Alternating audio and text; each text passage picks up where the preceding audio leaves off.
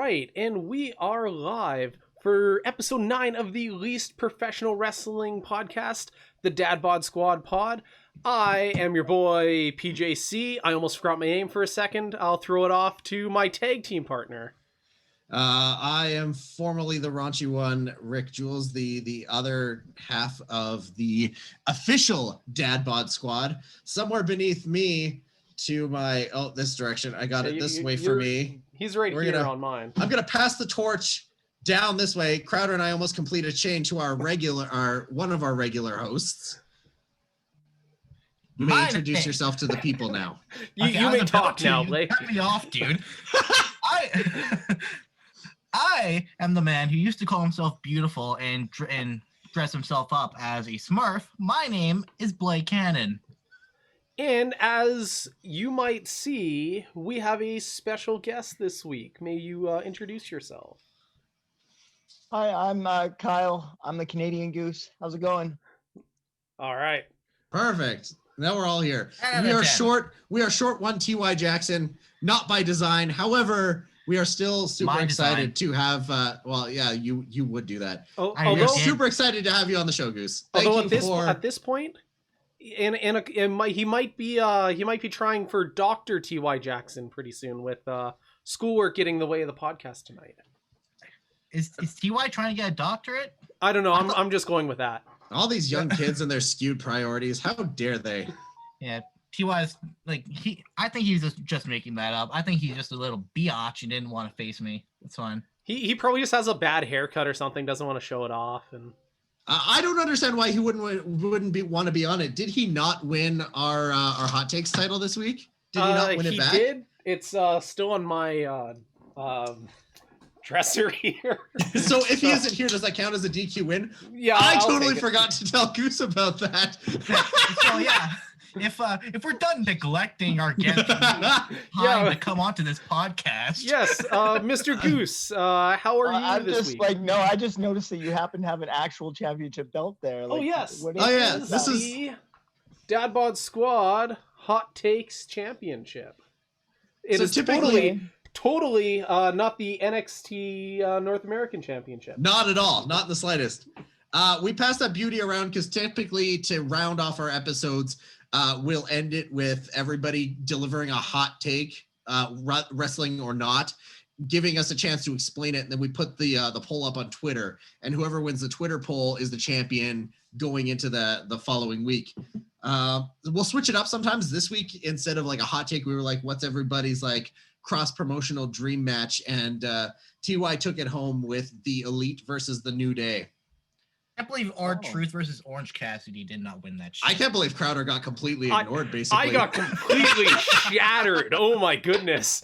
Nobody wanted to see Cesaro versus Shingo. Like, I am the only one, apparently, that wants to see that match. Yeah. I feel like mine did better than most people in this podcast thought it would. I'm surprised I did. You and I were kind of like neck and neck there, Blake. Yeah. But anyway, if you stick around long enough, you are more than welcome to partake in that. Anybody who's on the podcast gets to compete for the title. So if Goose walks away with it, we're going to have to expect you back. So just bear in mind the commitment level if you decide to partake at the end. Might I warn you that is how we got TY on this show. Yeah, TY's been stuck here for like the last 3 weeks now. At least. What, 3 episodes now? Is that was TY just decided that now I'm here so he doesn't have to show up? That's right. You heard it here. You heard it here from the Canadian Goose, folks. TY does not want to be here. Yeah, TY Goose. TY made himself a fucking member of this podcast. He did. He just came in, shot on us, won the title, and it's like, oh well, you're stuck here now. Yeah. TY was on my podcast on Monday Night Shaw. How was that? It was good. That's why I'm surprised that he's decided to fave us. Yeah, right. Just straight faving. It's offensive. Yeah. Hashtag TY fears Goose. Oh, this is where we're booking indie dream matches here now. Yeah. Oh yeah. Look out, Radway, Alberta. Yeah. We're coming, Radway. We're coming with TY and the Goose, and you guys are not ready for it. So fun. I know you're usually the interviewer and not the interviewee. So why don't you give us a little bit of your journey into wrestling, like where and how you got started and what it was like for you, just kind of trying to break into the business? Because I know everybody's story is a little bit different. And like I said, you're always the one getting these stories from other people. I'd like to hear Goose's story from Goose, from Kyle himself. Okay. Well, like I was a wrestling fan as a teenager, like a child, right? I remember the first like angle that really drew me in was when Vince McMahon was revealed as the higher power. Ah, very nice. So Lee good. Austin. Yeah, it was literally like because I was in the cadet corps at the time. I remember that, and I had switched from one cadet operation to another one, and so the new one was on Monday nights, and so I would just tend to tape Raw, and then I'd watch it when I got home from cadets, and then I got to the point where these new cadets too, they were like it was the downtown core, whereas the old core was kind of in the outskirts of town. So the people were friendlier. So I got pissed off. I was like, well, I don't want to be in the cadets anymore. I'm going to stay home and watch wrestling. A far superior choice, as far as I'm concerned. Now, may I interject? What cadets were you in? May I ask? It was the Air Cadets. Nice, very cool. I went to Vimy Ridge, Victoria. where you had to be in. I was a Navy Cadets when I was in. I was a Navy cadet as well for all very of good. like a month. So fun fact, we all may have crossed paths temporarily at some point and not known it. Except for Blake. I mean, Blake's much younger than all of us. I know Never- I went never on been a kind of a cadet. weird cadet tangent, but like, yeah, I joined up with the Air Cadets because I wanted to fly around in airplanes and stuff. And I think like in the like 3 or 4 years I was with them, I maybe went flying like 3 times. So, it was one of So those things. I the wasn't really payoff getting wasn't. out. Yeah. So Yeah, the juice wasn't worth the squeeze, you would say. as the No, old watching expression. Stone Cold Steve Austin fight Vince and Shane McMahon in a ladder match was much more exciting. I agree. So like I got into it back then, and then time went on, and I enjoyed a little bit of the backyardery with some of my friends out in Victoria. We would watch the TNA Wednesday pay-per-view. Nice. And Oh, nice. Like go out the the as they were backyard doing the afterwards. weekly. Nice. Yeah. I remember that. And then it turned out one of the promotions started doing shows in my hometown. I lived in Victoria, and a new promotion called Victoria City Wrestling was opening up. And I was very dumb, and I was very young. We were like maybe 18, and I was like, oh yeah, phone the promoter. It was like, hey, can we come and we'll film the show and like do commentary and stuff? And he was like, well, I didn't phone him. I emailed him. Anyway, he's like, well, we already got somebody like a professional that's going to do that stuff. But if you want to come and help out, like come and help out, right? And so I went and I helped out a bunch, and eventually, like, I went from like hanging up posters around town and setting up the ring and setting up chairs and all that good stuff that you got to do. And one time they decided they were going to give me like an interview segment on one of the shows, and so I did that. And that was really like my like introduction into it all, and that would have been like 2006. Oh, a long wow. time ago. Yeah, but like I wasn't a wrestler at that point. Like that's for me to say I've been wrestling since 2006 would be absurd and completely factually wrong. So I believe like I interviewed one of the guys. His name was Sweet Daddy Devastation. Oh, great name. Oh, that's solid. God Is he damn. Yeah. in any way related to like Sweet Daddy Soul? I knew that was coming. No, absolutely not. He was cool. And then so like he gave me a big clothesline or something. I asked him a question he didn't like. And then later on I moved out to Red Deer, and I found out that RCW was doing a show. And I was a little bit more professional about it this time, but I just basically offered to help at the show. I sent Squig a message and said, I've helped at these other shows on Vancouver Island, and you know, I worked with the music and I gave guys rides back and forth to the building, and you know, I'll just help out and do whatever you need. And so he brought me on to do the sound, and then every time our CW would come to Red Deer, I would do the sound for them. And eventually, uh, I was tried out as a ring announcer at some point, and then yeah, I ended up going to Calgary and doing Calgary shows ring announcing, and Edmonton shows ring announcing. Oh no, my first show was a Calgary show, was when I ring announced. But yeah, Nice. so eventually they had another guy there, and they were kind of like trying to decide whether I was going to be the announcer or the other guy, and it turned out it was me.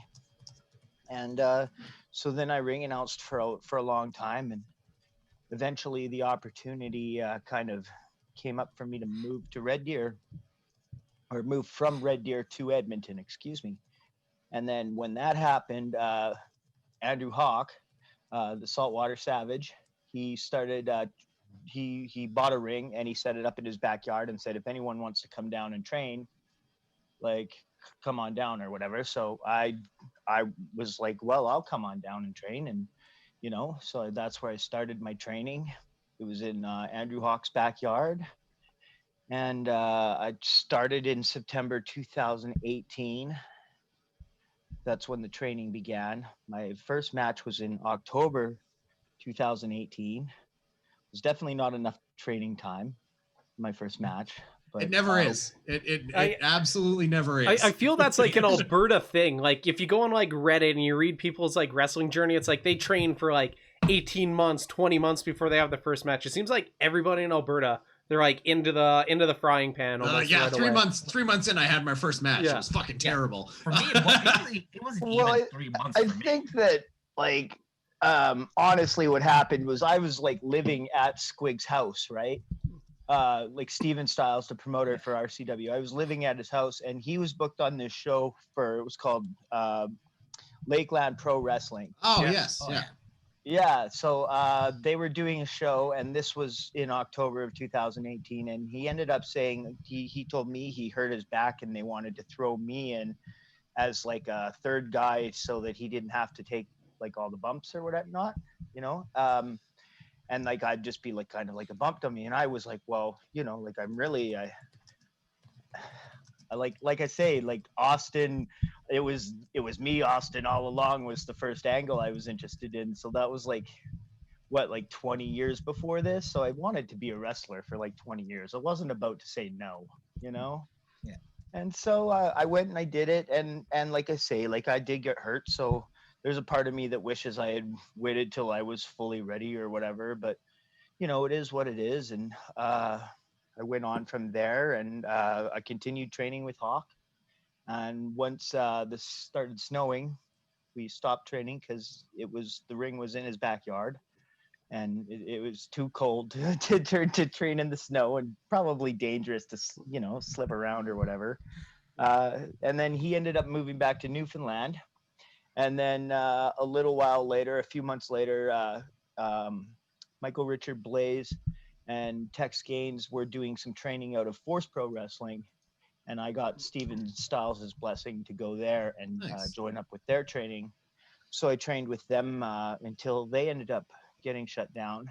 And then once Top Talent Wrestling Academy opened up, I joined up there. And that's where I've continued to train until COVID has shut everything down again.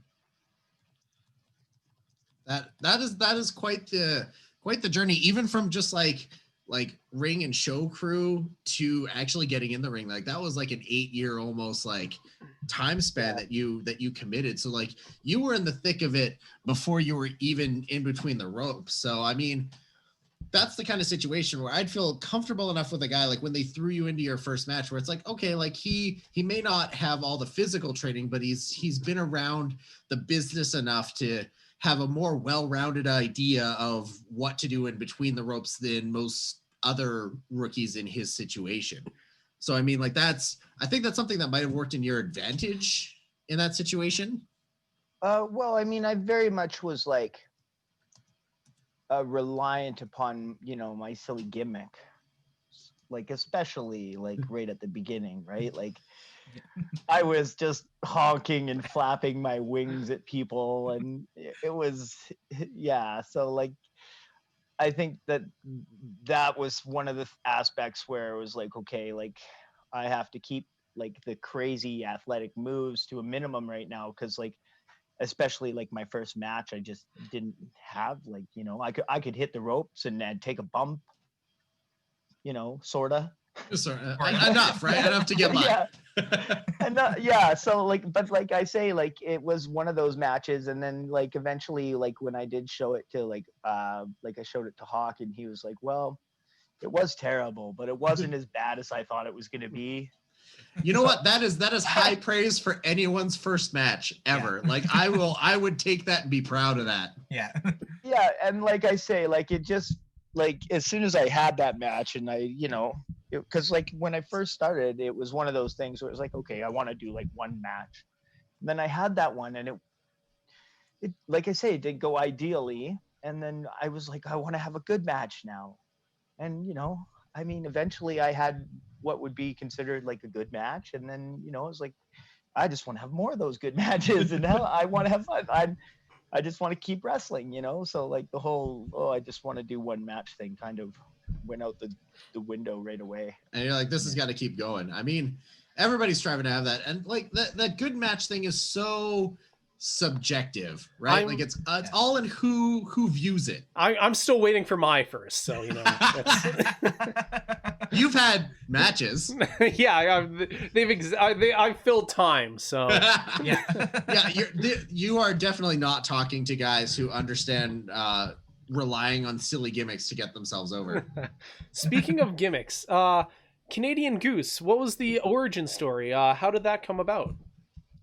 That honestly came about because I went home. I was at Hawks training with him, and he was like, well, what do you want your character to be?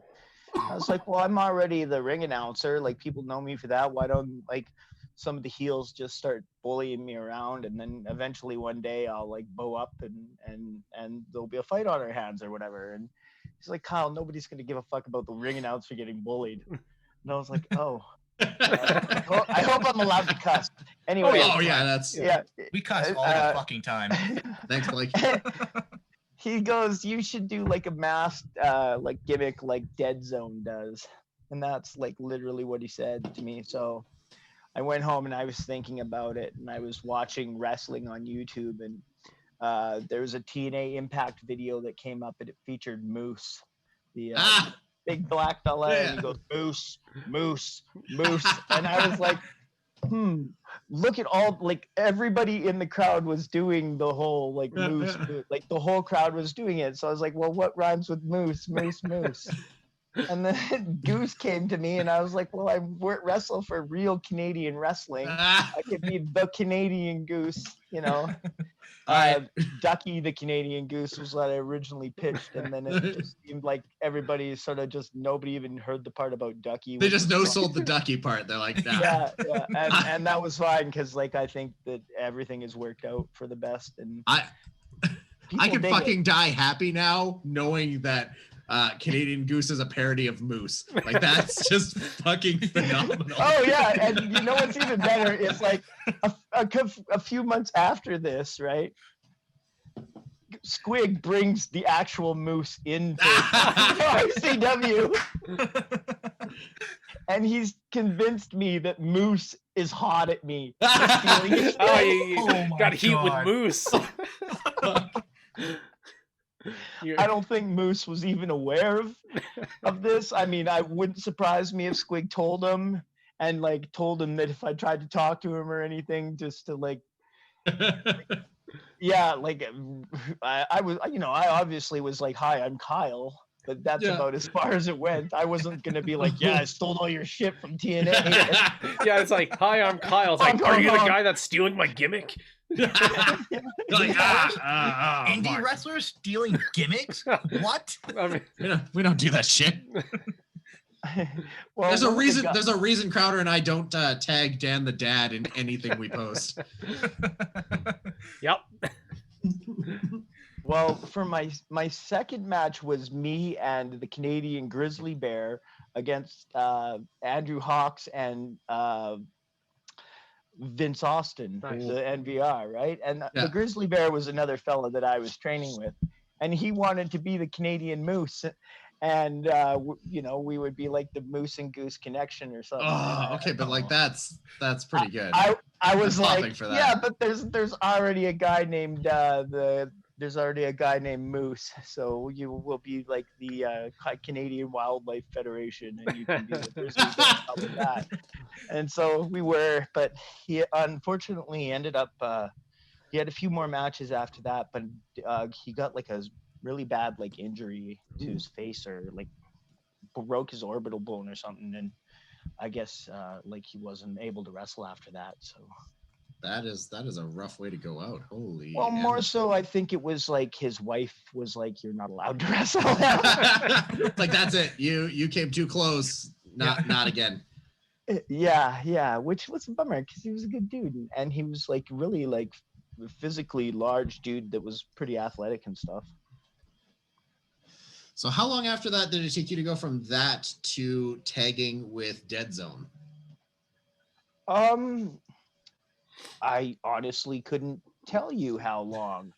I remember that like when me and Dead Zone won the belts, like I was kind of told about this, and it was at this show up in Boyle, Alberta, which is like a few hours north of here, sort of near like Bonnieville or something.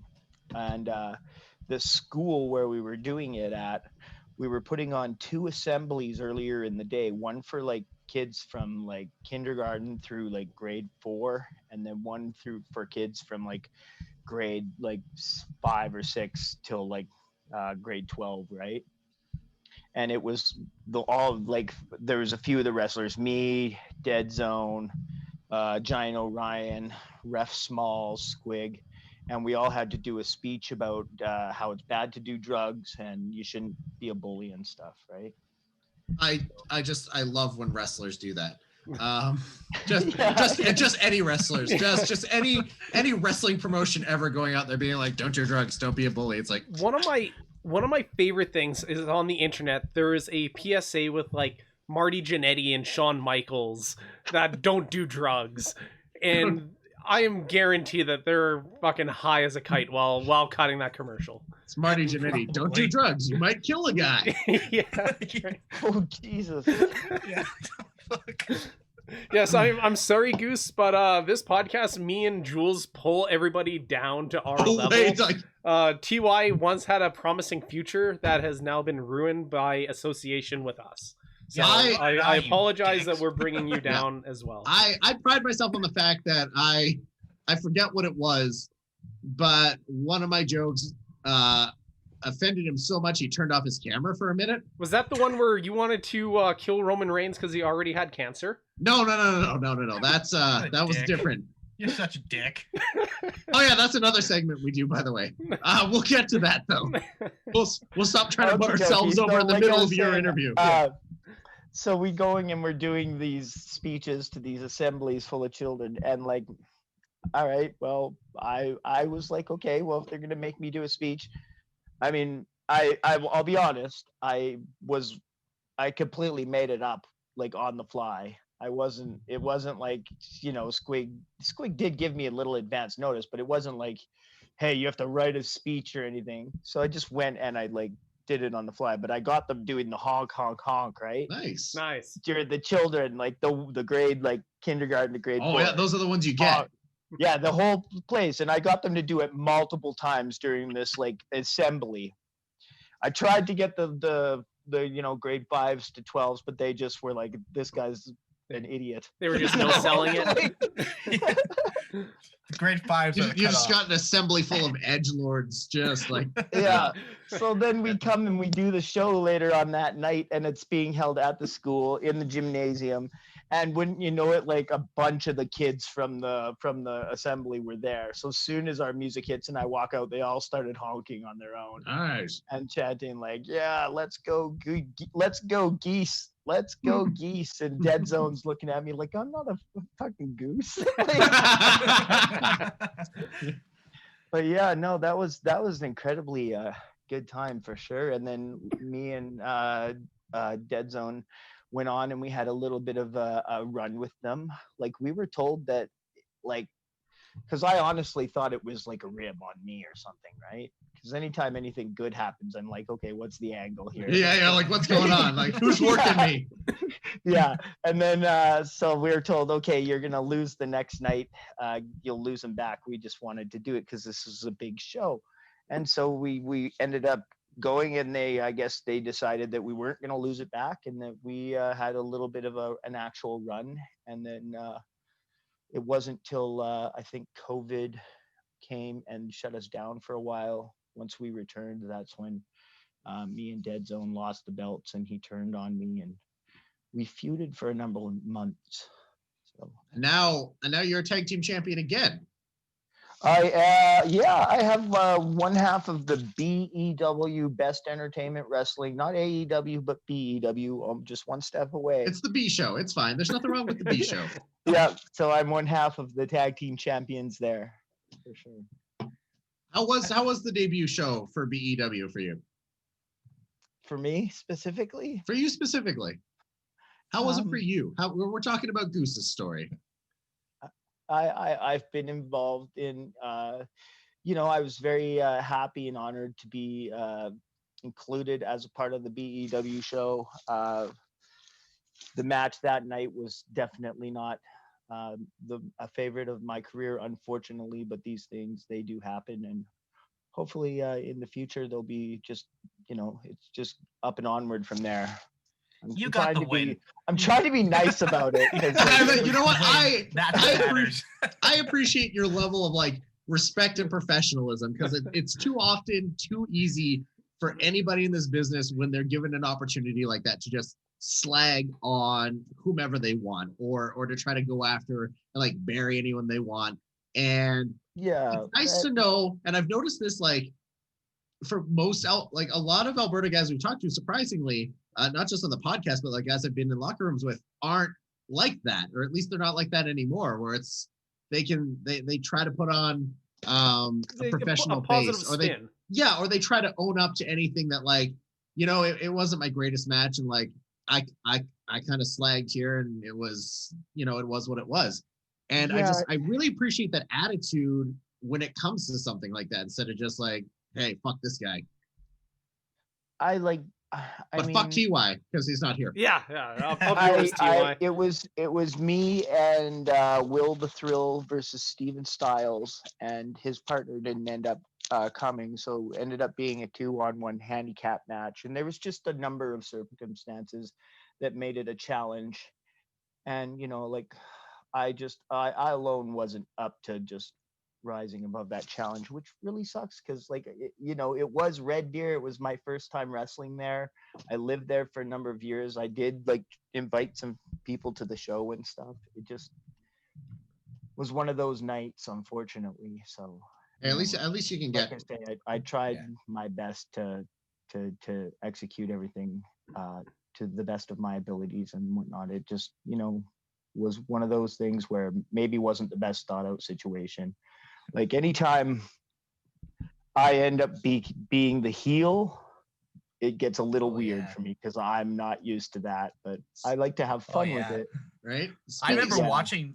Were you guys there? Like, were any of you there? I was not. No. TY was. TY was there. The guy who's not fucking here. See, if TY was here, he would save me and be like, "Yeah, don't ask him about that shit." Yeah, he's talked about that show, and he did what you did as well, where it's like trying to see the positives in something that didn't seem like it went too well for a lot of people. Yeah, which I'm not very diplomatic. Yeah, which I appreciate, because BEW is just starting up, right? So like they're getting the exposure. Everyone's trying to, get a name for themselves in the promotion, and I don't want to slag on anyone. I want to see what the takeaway is from the first show, and how everybody looks at it going forward. Especially because I could use a booking. So yeah, right. Like we're an actual tag team. The show. All the other matches on the show were quite good.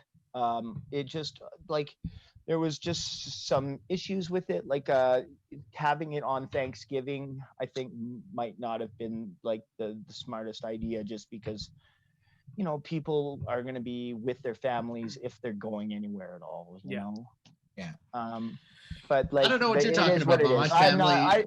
I'm really not the person to ask. Like, I'm not an expert on promoting or putting together or booking like wrestling shows at all. Like, I can sit here and fantasy twiddle my thumbs all day, but at the end of the day, like I have mad respect for the promoter who paid everyone fairly and booked another show. Unfortunately, that one has been due to the circumstances that we're living in, postponed for now. But once it does happen, I'm looking forward to showing up and doing my best to defend the BEW Tag Team Championships. Yeah, and I mean, while we're talking we know a couple tag teams who are willing to take you up on that. Nah. Fucking Yeah. Jules just buries Blake in his lead-in question. Blake's not a real tag team. Gotta get myself over, brother. I'm Blake, surprised you didn't. is Blake a part of the Dad Bod Squad? I've been to MPW shows. I don't. I On the internet, Yes. he is. Yeah, he is Internet Dad Bod Squad. He is my Twitter best friend, and that's about as far as it goes. As soon as I step into the realms of MPW, it's just like, oh, you know what? Fuck these guys. Booker Then we Man don't talk doesn't. about Hinton, because that's last like time I was at MPW, Blake was definitely a bad guy. Yeah. Yes. Booker Man doesn't watch our shows, so we can get away with anything. So yeah. Okay, but speaking of bad guys, before Jules cut me off like a dick.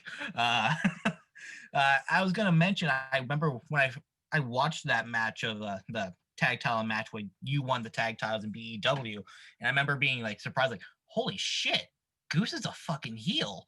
Like, cause like I've always like whenever I see you, it's always as like this like super popular baby face, like full on baby face. So I was gonna ask, like, what was your like reaction when you first got told that you'd be, joining the dark side of the forest for one night? Well, I've been a heel a couple of times, very rarely and seldomly. Just because I think that the patriotic aspect of my gimmick kind of plays better to a babyface role, but I enjoy it. It's fun. It's more difficult for me because I'm less experienced at it. Yeah. Like, I mean, like, I don't mean to like kill the magic, but like normally in a match we go out there and then at a certain point it's like, okay, now all I have to do is get beat up for a while. yeah. and then you get beat up for a while, and then you have to process again. So like when you're the heel, it's like, oh wait, now I have to be the one that's actually doing the beating up, and you have to space it out so that you're not like you're just on the guy and beating the shit out of him, obviously, and not letting him breathe and not letting yourself breathe. Like, so there's just like different aspects. Like the main thing I was trying to do the most as a heel in that match was sort of take my time and let things sort of settle in, because it just was, but it was what it was. I think that the promo we did was a pretty good like heel promo, a little long, but I thought that was fun.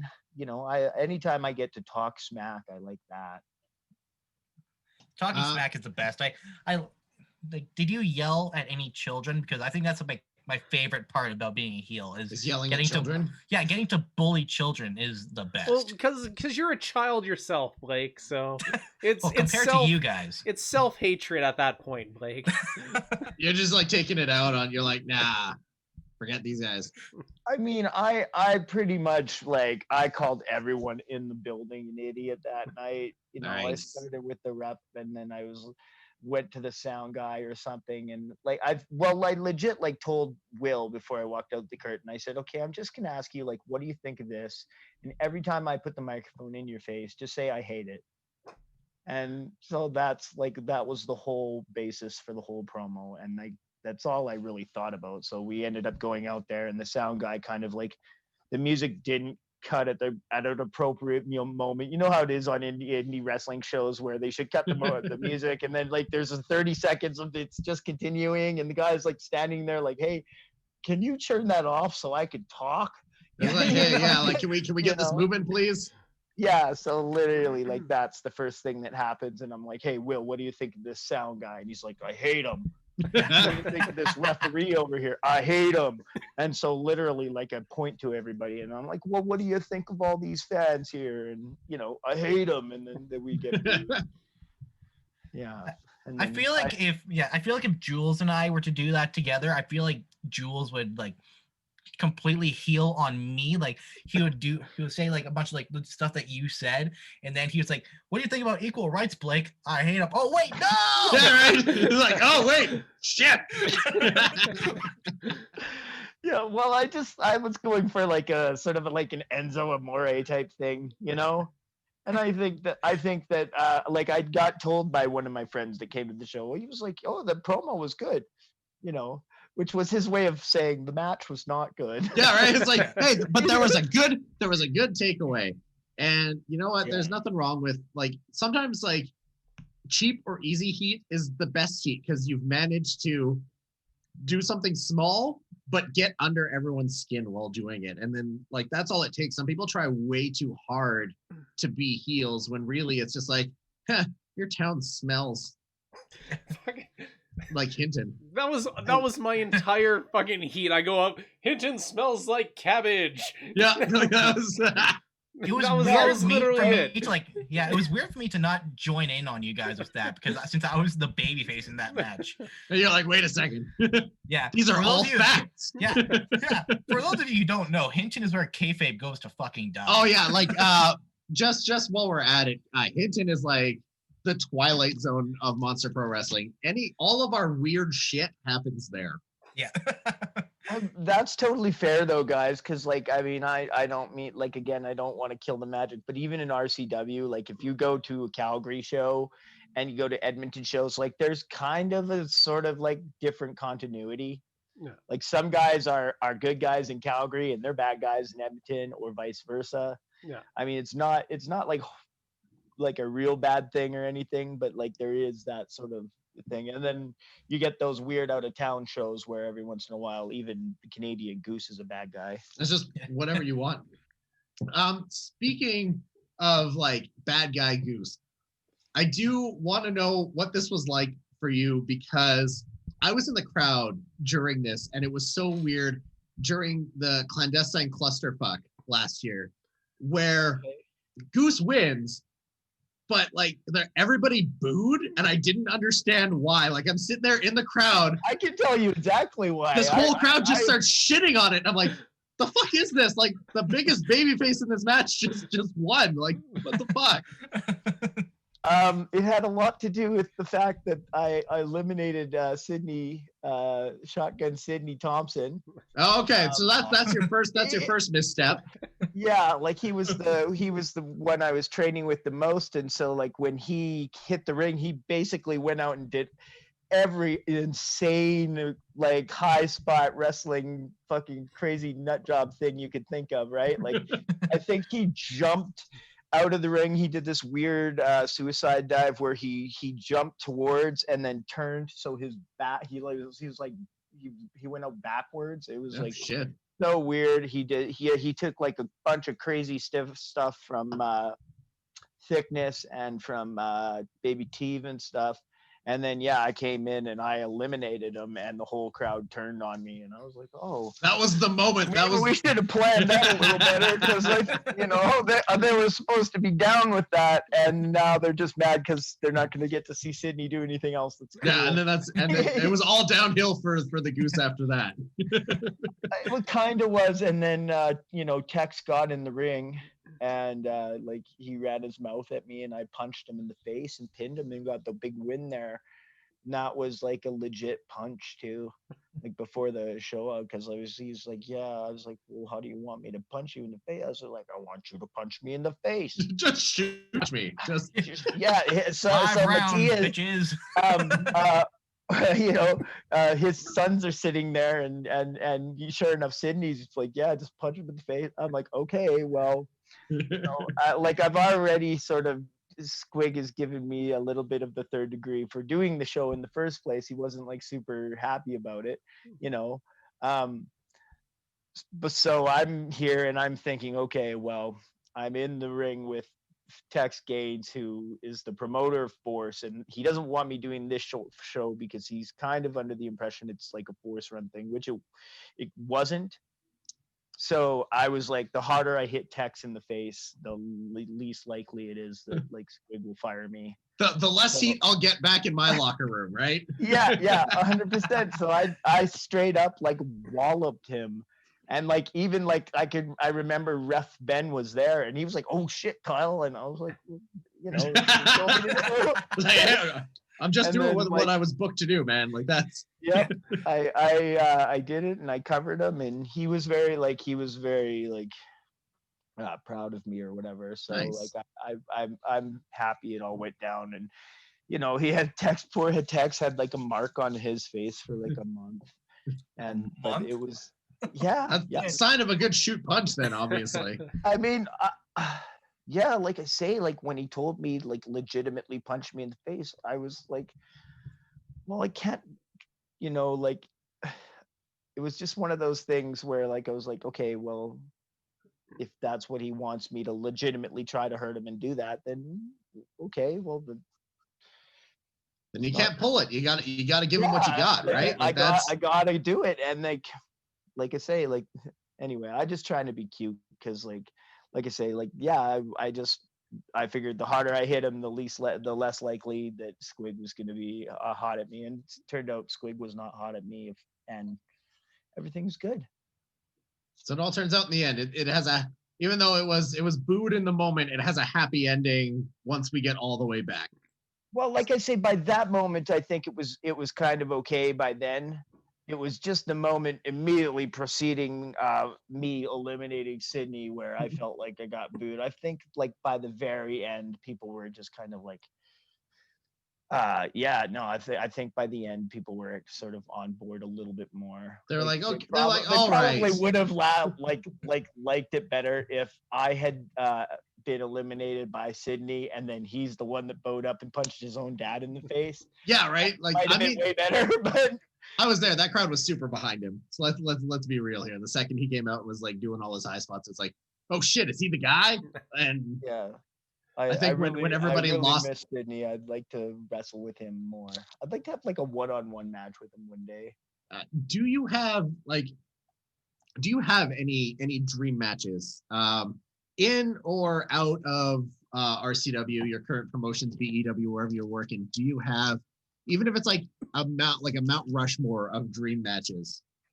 Oh, geez. I have this weird thing where I feel like I could learn a lot from wrestling Shark Boy. Nice. Fucking nice. Like, I think like just with the animal gimmick and whatnot, I think Shark Boy is very, very high up there on my list. I'm not sure if he even does wrestle anymore, but I think he popped out on the indie scene once or twice in the last couple of years. He doesn't do indies anymore. He does TNA bookings. He made bank off of the Shark Boy and Lava Girl movies. Because there was copyright infringement right? He trademarked his name, and then they made the Shark Boy and Lava Girl movies, so he got paid off of that. So that was what a fucking mint. That's amazing. Shell, yeah. Take your money and run. Yeah. I love the best part about that story is he made money off of them stealing his name, but he stole Steve Austin's gimmick. Yes. I just remember like I say, watching those old TNA weekly Wednesday pay-per-views and seeing him come out and just being mesmerized. Like, wait, he's from the deep blue sea and like his finisher is the ocean drop. Yeah, this guy's fucking rad. Like, and we could tie it all together into the podcast. Him and New Jack made a great tag team in NWA TNA. Oh, what? How did I miss this? Yeah, Shark awesome. Boy and New Jack were what the fuck? Shark Boy was cutting his promos in like a little kiddie pool, and then like New Jack was like scared to like go in the pool because he hates water, because the last time like a black person had water, they brought him over and made everybody slaves, so like he wasn't gonna get in the pool with Shark Boy. I thought for a second there, New Jack was scared of sharks. I was like, holy shit, something he's afraid of. That brings me to number 2 on my Mount Rushmore. Please tell me it's New Jack. No, I'm just kidding. But like, I can see like if they did bring in New Jack, they probably would make me wrestle him. If you had to laugh at here's Blake's question. Yeah. Blake's got a question when it comes to New Jack. This is a legit question that I was planning to ask before Crowder brought that up. I swear to God. If you got booked to wrestle New Jack in a stab for a stab match, would you go through with it? Am I going over? Yeah, right? Is he the stabber or the stabby? Because that's a very different match.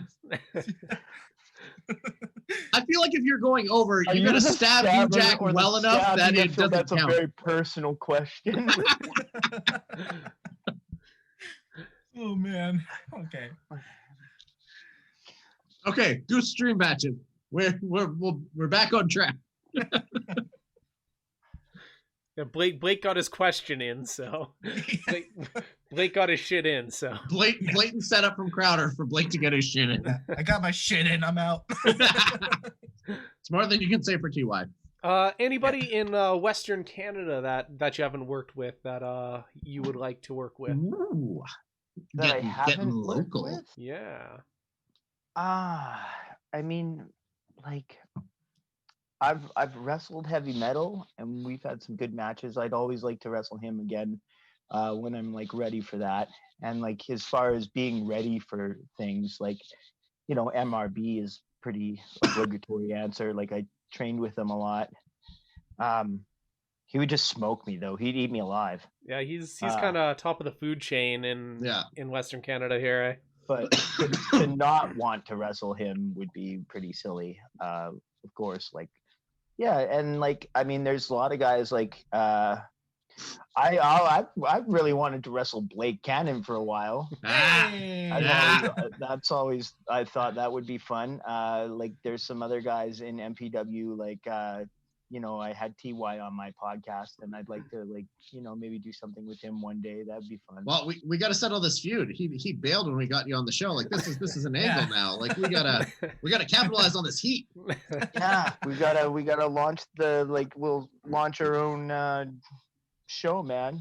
Right? Podmania or whatever. Oh, don't give us bad ideas. This whole podcast is fucking bad ideas. Get a bad Alberta talking shop-a-mania going. We did a whole episode on how much we love talking shop-a-mania. Like, we'll do it. That last week. We'll fucking do fantastic.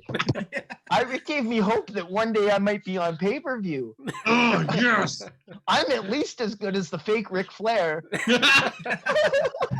All right, it's official. When we do this, we've got Goose on board. I'm not kidding you. Like, as far as dream matches go, I would love to wrestle Paul Lee, the fake Ric Flair, in Luke Gallows' backyard. I would absolutely. I'm just waiting for my match with Freight Train and Rim Job. Oh yes, that's the triple threat we all want to see. Yeah. Yeah. I feel now we should set up like a shitty Alberta version. I think we need to, right? Like. When we're clear enough to do, because like I know Clandestine had to postpone. So like the second we get the clear, the second we get the clear, anybody who's ever like had any interest in the dumb shit that we keep talking about, because we keep talking about like booking the second coming of the Family Jewels, which is still my favorite pun ever because it's gross. And now we praise Talking Shop-a-mania. Now we've got Goose on board. Like this is gonna be. Well, I don't give a shit about promotions. Anybody who's willing to make like just a complete shit show of themselves, let's do it. We'll start a GoFundMe to get New Jack booked here. So Jesus, start a GoFundMe to get New Jack across the border during a pandemic. No. This is what everybody wants to spend their money on. New Jack across the border, pandemic or not. Yeah, I don't think they'd let him in. Yeah, that might be tough. I remember there was like that's been an issue. Like Marty Jannetty couldn't get in. Oh yeah, that's right.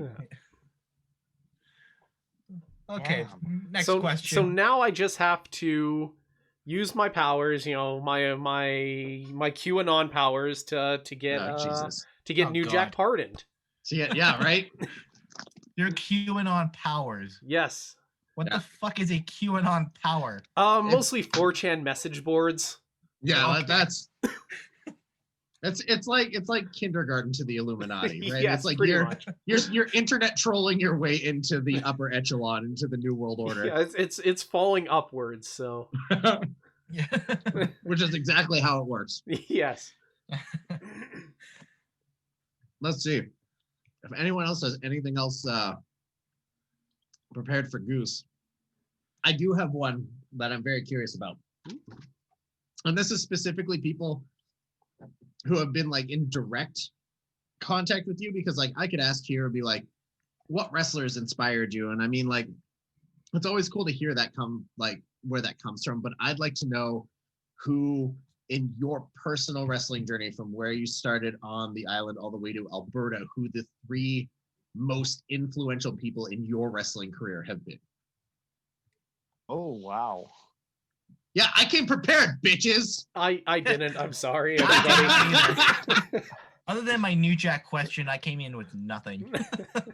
I would have to say it would be Hawks, MRB, and Metal, because those are the people that are training me, right? Like Hawks trained me for the first couple of months, and then MRB, and then now at Top Talent, like when it's up and running, at least it's a combination of Metal and MRB. So definitely, like, those are the 3 guys that have taught me the most, for sure. Very nice. Metal is a guy that I have always wanted to work. It's never really happened, and I think we've only crossed paths like 2 or 3 times. I think he was. No, I don't even think he was with RCW for the 2 shows that I was there. And then way back when, and we've talked about this tag match before, that he did. He worked a tag match for MPW back in like the 2012 era with like Necro Butcher, Teddy Hart, and Jack Evans. Yeah. And that was a match that definitely happened. I credit Metal. That was like one of my first times meeting him, doing everything in his power to keep that match together, because it kind of started devolving into a bit of a shit show. Okay. And he was like the glue that kept it like flowing as like a paced match trying to tell a story. And then, yeah, I never really, other than like the occasional thing on the internet here and there, we haven't really crossed paths too much in person. That's fair. Like I've wrestled with Metal.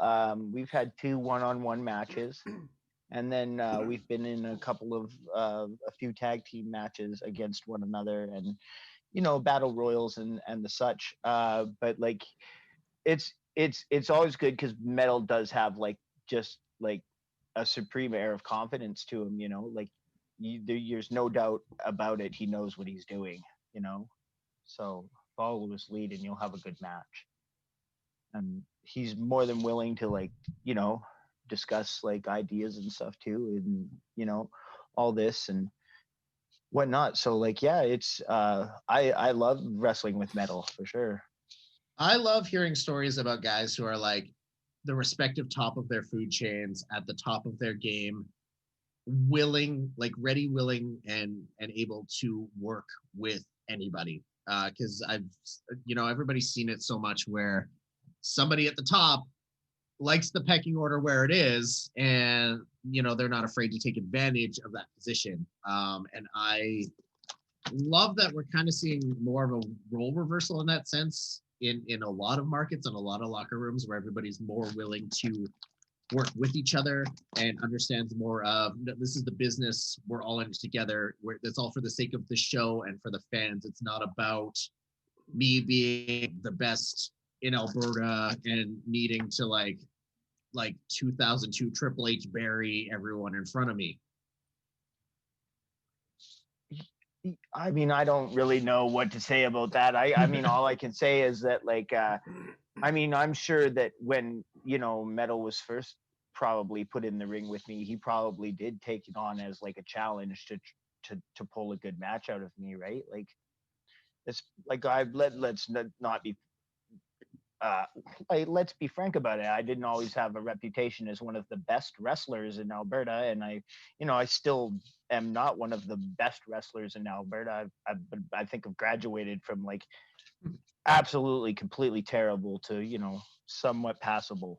Man, you fit in with us perfectly. You know? Like, I'm just saying, like, I think like, so I think it, like, guys like Metal will take it on and will, like, it'll like as a challenge to him, you know. Like, I know that I've been booked in matches. It happened to me once where I was booked in a match with, you know, an opponent that I didn't think on paper it was a good match for, you know, us to be booked in, but like, it's not my job to make the matches. I just have to go out there and like do the best I can, right? So like, even we talk about the BEW, I mean, that I obviously didn't succeed at, like, pulling a good match out of that. But like, that's one of the reasons I feel bad about it, is because I know, like, you know, if Metal had been in my place, he would have probably been able to pull it off, you know.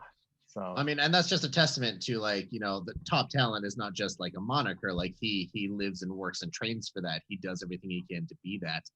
Yeah. Before we segue away, like when I had that one match where they, like, on paper, not the BEW one, but another one, and it wasn't a horrible match or anything, but like, you know, like, he said, well, like, you know, even if it's on paper it's not good, like, it's still, like, it's your job to try and make it good. So that's one of the lessons I've learned from him recently. I like that mentality a lot. I've got a follow up to that, because now I'm curious as to what is your favorite example of a match that you've been in that is shit on paper that turns out to actually be something that you really liked.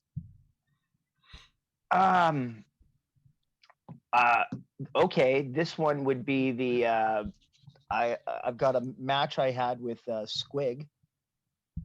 There's actually been two. We did one at the Tattoo Parlor grand opening show, which was just me versus Steven Styles one-on-one. Okay. This was probably the first time I was the heel Goose. And the thing about it was, this was the first time I went to the ring with a guy, and he was like, yeah, we're just going to go out there and wrestle. You know? Call it on the fly. Oh. Yeah, like, because I was like, well, what's the plan here? Like, you know, what are we doing? This is the first time anyone was like, no, we're calling it on the fly. We're doing it in the ring. And like, this is my first match back after a broken ankle.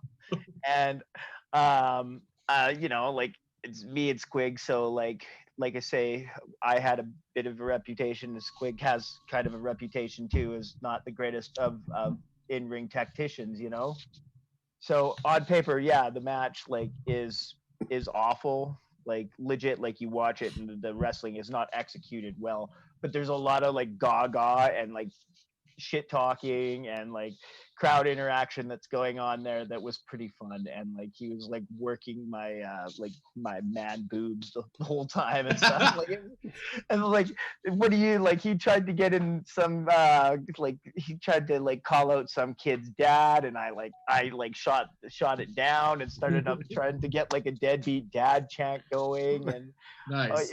It was just like complete absurdity. At one point he just ripped my mask off. Like, just time I ever got unmasked, and it was like just on the fly in the middle of a match. So, you know, then he suplexes me and gives me a snap suplex, and I banged my foot really hard. And like I say, this was like my first match back from a broken ankle. So I limped out to the floor and I stole the microphone and I started cutting a promo on the ring announcer who was there. I was like, well, don't you know I'm the best ring announcer around here? And yeah, and anyway, like, the whole time I was the heel, so the referee had been like jostling with me a lot too. So after Squig beats me with the worst spinebuster sharpshooter combination of all time, it was a terrible, like, terribly executed. Completely my fault. After this I like that you can own that. Yeah. After this happens, Squig goes back to the floor, and then I'm getting up. The referee's helping me up, and I shoved him away, and I was like, I'm gonna throw a line, duck my clothesline, and I said I'm gonna shove you, do a back roll, duck my clothesline, and give me a spear. Right? just calling it to him. I love it. Yeah, to the ref, and I get up, I shove him, and he does not back roll. But he looks at me, he runs, he ducks under my spear, or he ducks under my clothesline, and then he does give me a spear, and the whole place kind of was like, yeah. Nice. And so, like, it was just one of those things where I think me and Charles had been, like, joking about one day, oh, yeah, it's not like you're ever, like, because he was like, oh, sometimes people will call spots to me to take a bump or whatever because he's the ref, right? Yeah. And I was like, yeah, okay, cool. But like, if you're, people don't call like complicated shit to you, right? Like, you don't have to take a shove, do a back roll, duck under line, and hit. Yeah, right. Like that's not too bad. Like, yeah, he's like, no, we never do that. So then at the end of this match, which has just been like a complete, like, we're just doing it on the fly. I was just like, why not? I'll just call it to him and see what happens. And sure enough, he did it well, and it was fun. But that would be probably an example of a match that on paper was better than expected. And then the other one was the Baconator match. Nice. Classic. It was just the Baconator on a pole match between me and Squig. And the second I heard that gimmick, I kind of lost my shit in like the best way possible. I thought, I love like shitty sounding gimmicks. And like at first you listen to that and you're like, wait, what? So then I started paying attention because like I needed to know, and I just love the idea. I thought it was just fucking priceless. I'm amazed I haven't been booked in a Baconator on a pole match yet. I'll give it time. Just a body slam challenge. It doesn't make any sense. Yes, the body slam challenge where you've been slammed before by that person. Yeah. And the biggest issue with it was that, like, afterwards, nobody really came out and cleaned up the ring, and fucking bacon grease, and there's grease on the ring mat, so a couple of guys actually like hurt themselves afterwards because they slipped in the grease or whatnot. And I felt bad because like people were angry at me, but I was like, I just went out there and wrestled and won this match, and I beat up Squig with the cane and stuff. I'm not gonna then follow that by going out with a rag and mop and cleaning up the ring. Like, that's not kind of kills the gimmick. Yeah. You gotta have like a ring, like a ring boy or something do that. That's amazing. Everybody go out there and bump in the Baconator. Yeah. Oh, I mean, like, well, I remember because legit, like, there was a spot in the match where Squig squirted mustard and ketchup on me. Yeah. I was like, oh, let's do a spot where you squirt mustard and ketchup on me, but it's got to be on the outside of the ring so that we're not squirting it on the ring mat and then slipping all over the place. Like, we consciously thought about that. So you guys went out of your way to make sure that wasn't going to happen, but then everybody else just said, fuck it after the match. Like, no, what happened was we did that, and then when we did the finish and pulled the Baconator out, and I like shoved the Baconator in his mouth or whatever, it like kind of fell on the ground and onto the mat and smeared. And that wasn't like, we didn't account for that. We accounted for the mustard and ketchup, but not for the. Nobody thought forward about, hey, this Baconator might make a mess. I mean, yeah. I mean, in my defense, if I was the one taking it, I probably would have swallowed the thing whole. So yeah, I mean, somebody shoves the Baconator. I'm taking a bite of that. That might be my PO for that's the your night. PO. So.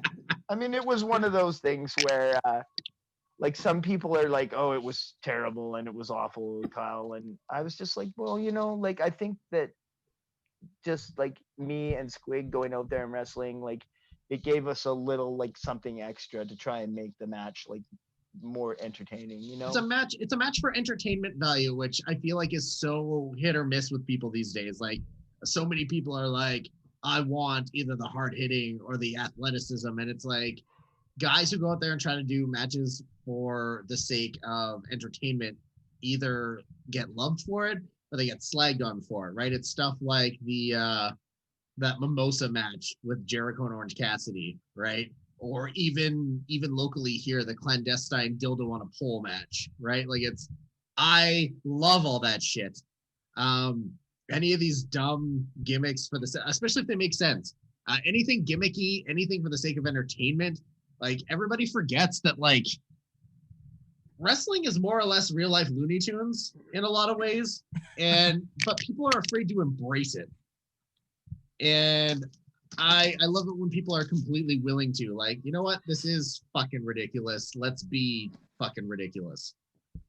I mean, yeah, I agree. Like I like all the outside the box like comedy stuff as well. And you know, it maybe it doesn't make wrestling look like the most legitimate thing or whatever, but you know, there's ways it can be implemented and there's certain like you can go from having a comedy match and then follow that up with like a serious match, and if you do it well, like then it's not an issue, you know. But I think there is a place for comedy and stuff in wrestling, even though like despite the fact that I wrestle as the Canadian Goose, I don't actually do like a lot of comedy in my matches. Like I do the honk honk honk, but it's more of like a rallying cry kind of thing. yeah, it's like my Daniel Bryan yes yes yes thing, Yeah. right? But like I'll do the honk honk honk, but like I don't do like generally there's not a lot of slapstick. Once in a while I'll like grab the other guy's arm and try and get him to do the honking or whatever. You know, I've done that one with Richter where I set him up for a Russian leg sweep and then I honk his arm a couple of times. He pulls his arm away and tries to clothesline me, but I like duck his clothesline and give him a Russian leg sweep anyways. Like good, like, you know, stuff like that. But like I do think there is a place for comedy in wrestling for sure. And thank you for appreciating our craft. yeah, that's like that's all I have. That's what we got. That's our bread and butter right there. Blake is the most athletic one out of this trio. Out of everybody, Blake is the worker in this. I don't know if us three. I don't know if that's like a compliment for me or like something you two should be just downright ashamed of. Yes. I mean both. That's our workhorse. That's life for all of us. Blake's our dank never horse. trained with any of you fellas, so I don't really know what's going on. If you ever have to step in the ring with Crowder and myself, it is all slapstick. That's all more or less shit, what we do. Like it's 90% bullshit, 10% actual wrestling. Jules can wrestle a little bit. Enough to get by. I don't. I just do straight comedy, and then Jules does the actual wrestling. He leaves me to do all the heavy lifting. Thank God I'm not the only promo guy. I mean, that's not true. Crowder takes heat for you like every fucking match, Jules. His choice. His choice. It's because I don't actually have to do moves. Well, that's like what I was saying earlier about being the bad guy. Like, if you're the good guy, you know at a certain point, you just have to get beat up for a while, you know? Yeah. Yeah, like I think like the only time I ever actually do like full on comedy is with you with the dad bods, and that's it. Yeah. like last time I did a comedy spot, it was like Crowder nipped up, and then I tried to do the same thing, couldn't, and I pulled like $20 out of my boot to get Crowder to help me nip up. Okay. We drag you down to our level. You can be the most serious gimmicks in the world. Yeah, like you work us, and we're gonna like come up with dumb shit. Very little elevation happens. It sounds fun. Yeah.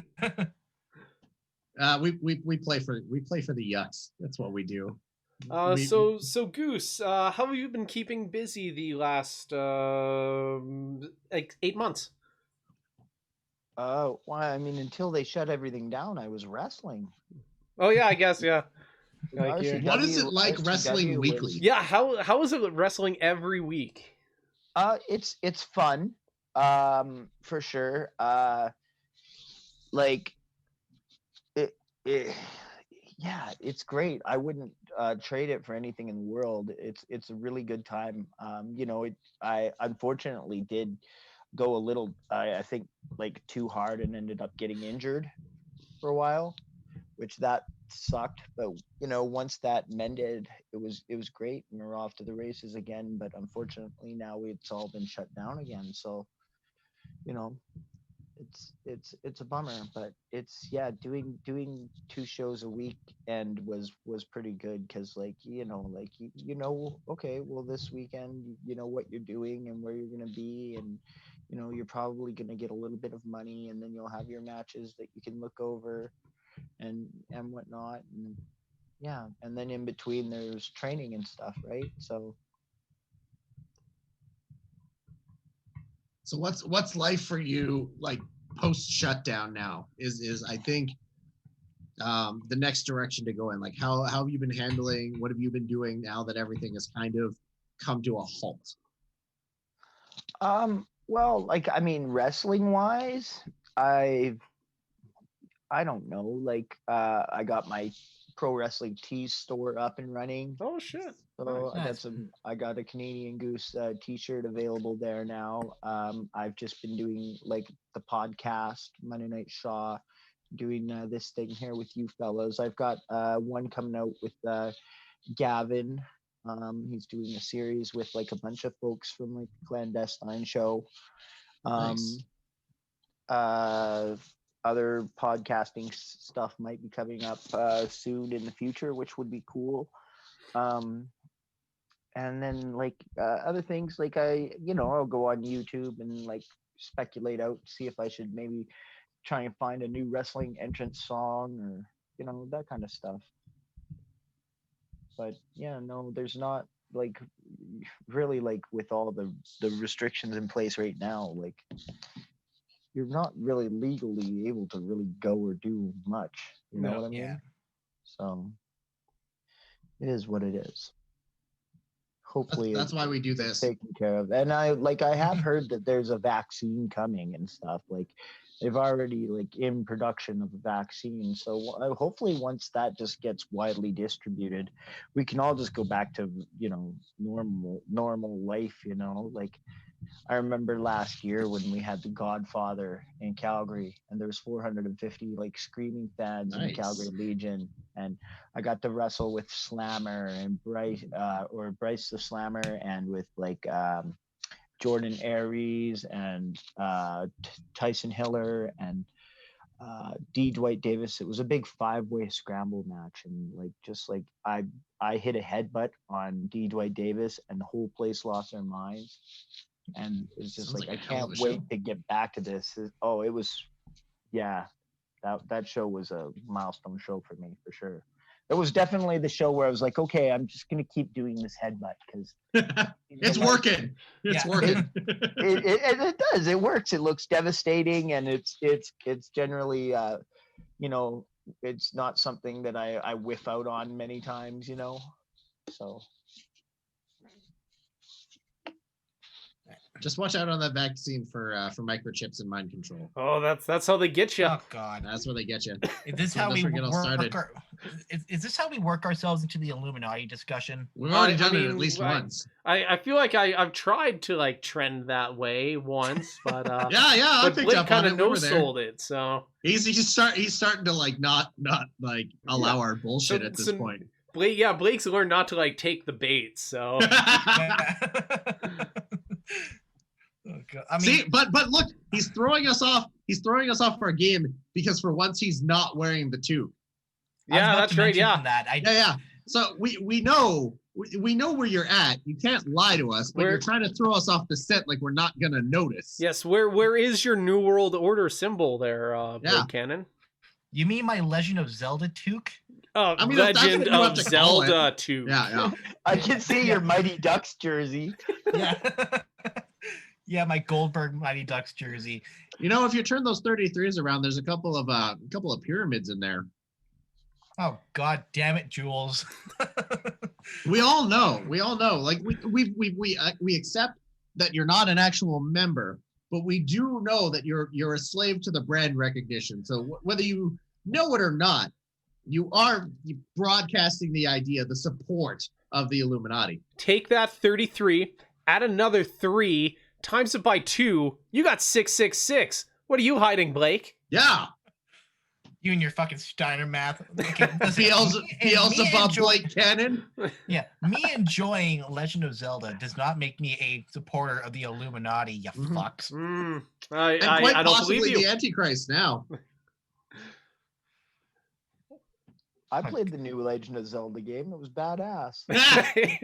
Which one, Breath of the Wild or Age of Calamity? Yeah, Goose with the save. The Breath of the Wild. The Breath I'm of the still- Wild's fun. Yeah, I'm still playing through it right now for the first time. I fucking love that game. Yeah, well, I mean, it's one of those ones where it's like super involved, and like there's a lot of systems and stuff. So I tend to play it, and then I'll play it for like a week straight, and then I won't play it again for like 2 or 3 months, and then I'll go back and I'll be like, how do I play this? And then I have to restart it from the beginning. Jesus Christ. Jules, I've done that in what do you call The Witcher 3? Like no less than like 4 times have I gotten to the point where you defeat the Griffin and then you go on and you move to the next like castle or whatever. And then I'm just like, oh, I haven't played this again in like, you know, it's been 3 months and I don't have any clue of the mechanics or how anything works. So I better start from the beginning. yeah, I remember I couldn't figure out this Breath of the Wild until I got a new controller, because I didn't get a Switch until like a couple of months ago. I couldn't figure that game out until I actually got like an actual controller that kind of resembles a GameCube controller. That's the only way I've been able to like succeed at this fucking game. Resembles? Yeah, no, There's I no have way to a- do it than the OG. Like you have to. I mean, That's how it works.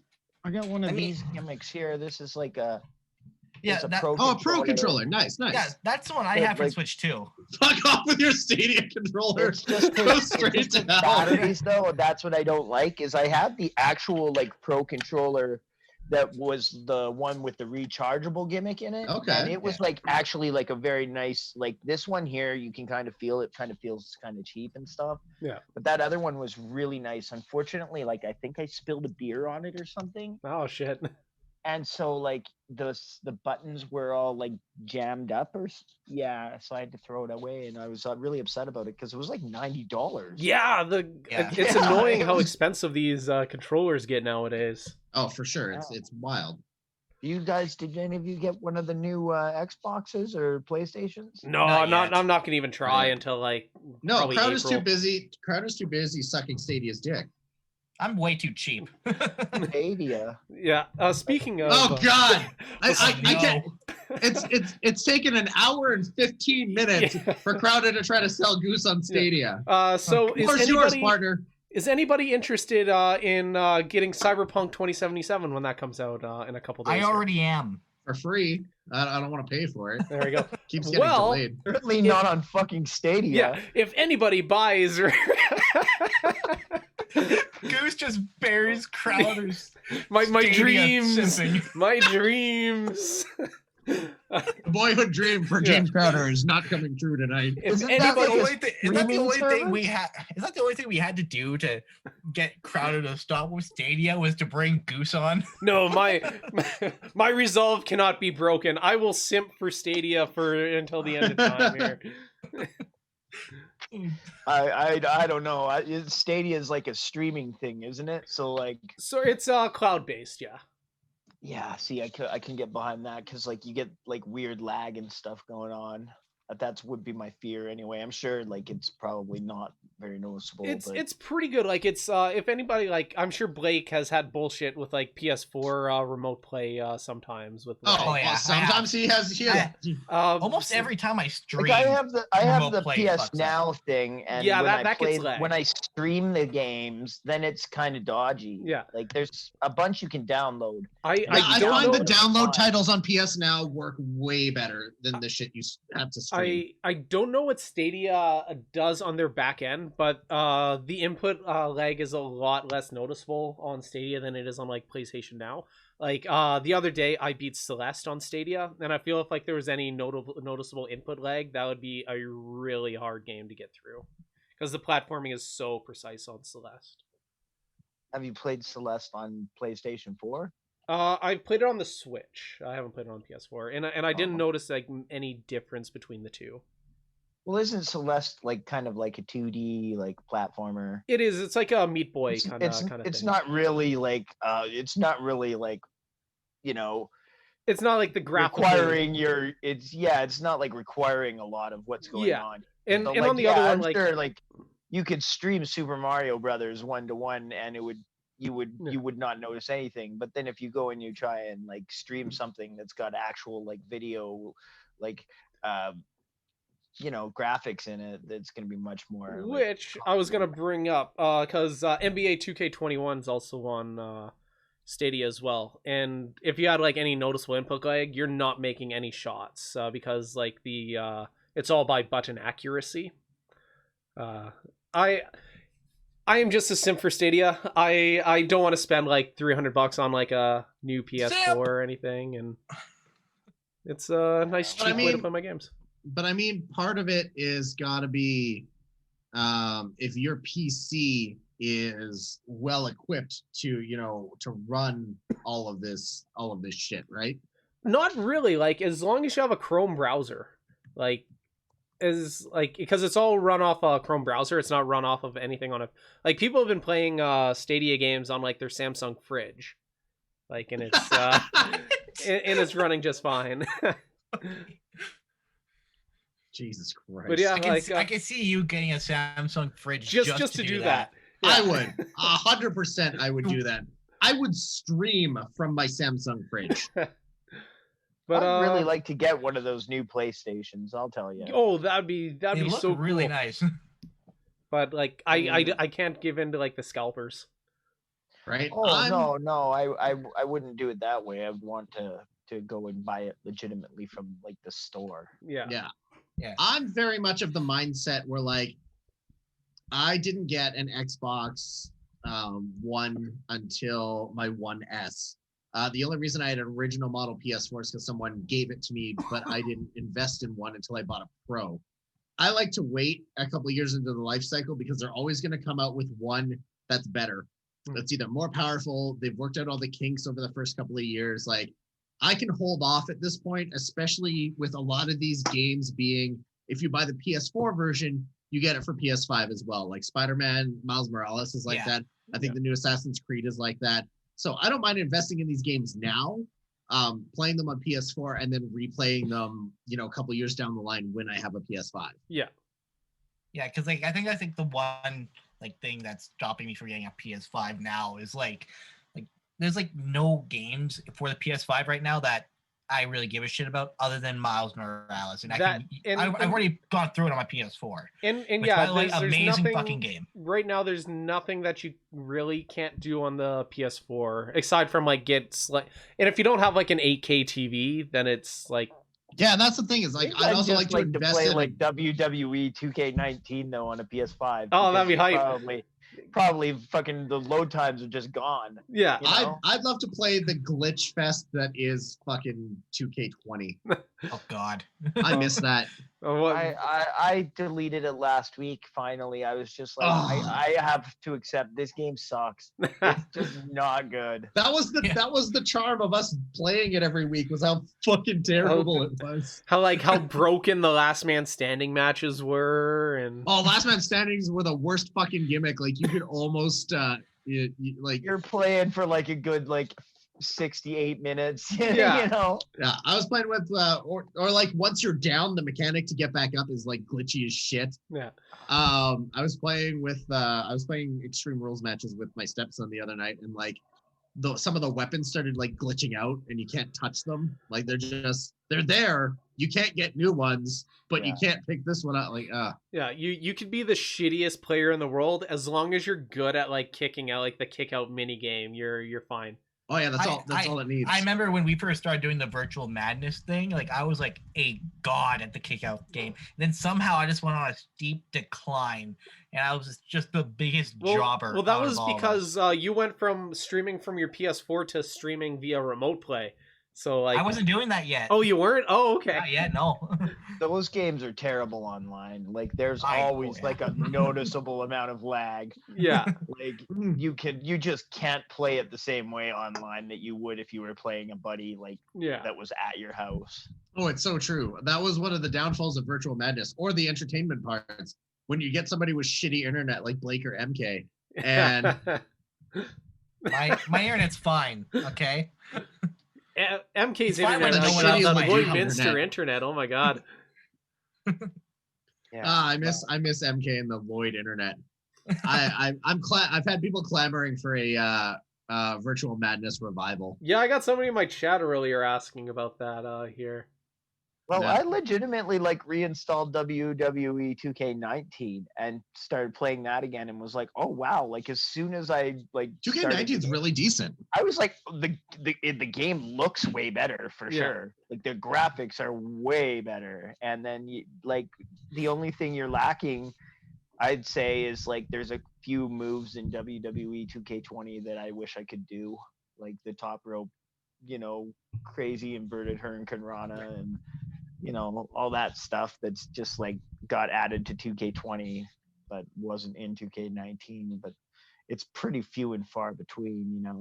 I think the only thing that sucks is like the grind to unlock the roster in any of those 2K games. Yeah, that's just 2K being 2K though. Don't fuck with that. I just buy the deluxe edition. It's like a this. thing where you press square and everything is unlocked. There we go. That's how we do it.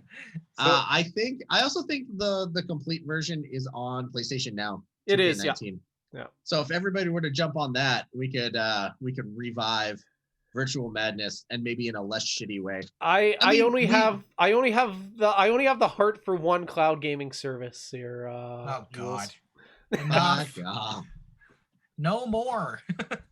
Look, just because your PS4 is like, wait, no, you don't have the hunk of shit anymore. Do you have Andrew's old PS4? Yeah, because he got the PS5, so he gave me his good PS4. Fancy bitch. But I was gonna mention, has anybody dipped their toes into like 2K Battlegrounds? Like Yes. I have it.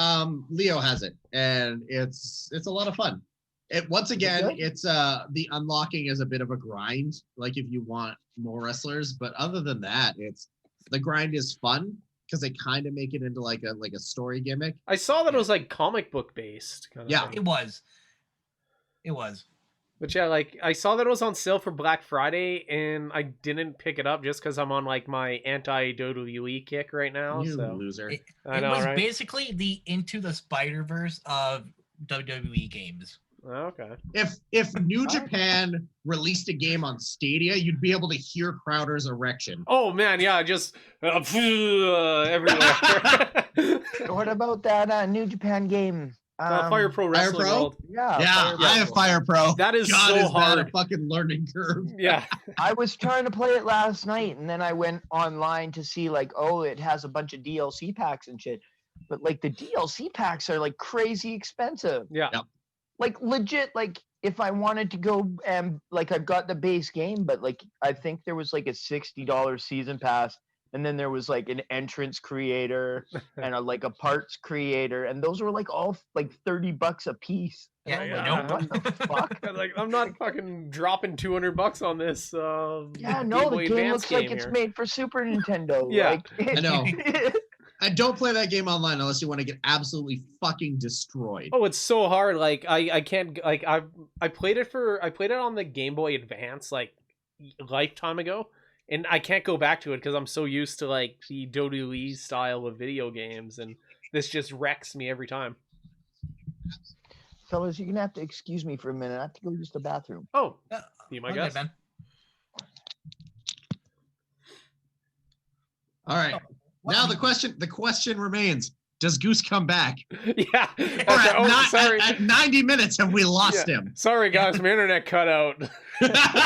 I liked how we said we were going to give like Goose like 40 minutes, and then we end off the week of wrestling. You just fuck wrestling. Yeah. Like we really talk about it anyway. Yeah, like we could talk about like I guess like Sting and the AEW show. That was really the only newsworthy thing this week, wasn't it? Let's okay, so let's Goose is away. Won the world title. Yeah, the AEW show is like also my boy Slapjack went over. Yeah, he did.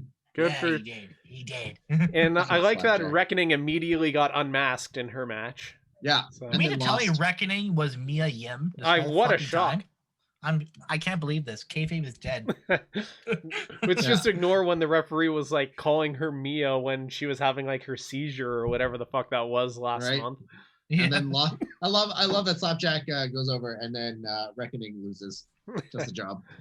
Then I guess there's the potential AEW Impact crossover that's about to happen with Kenny Omega winning the world title, which I fucking love that.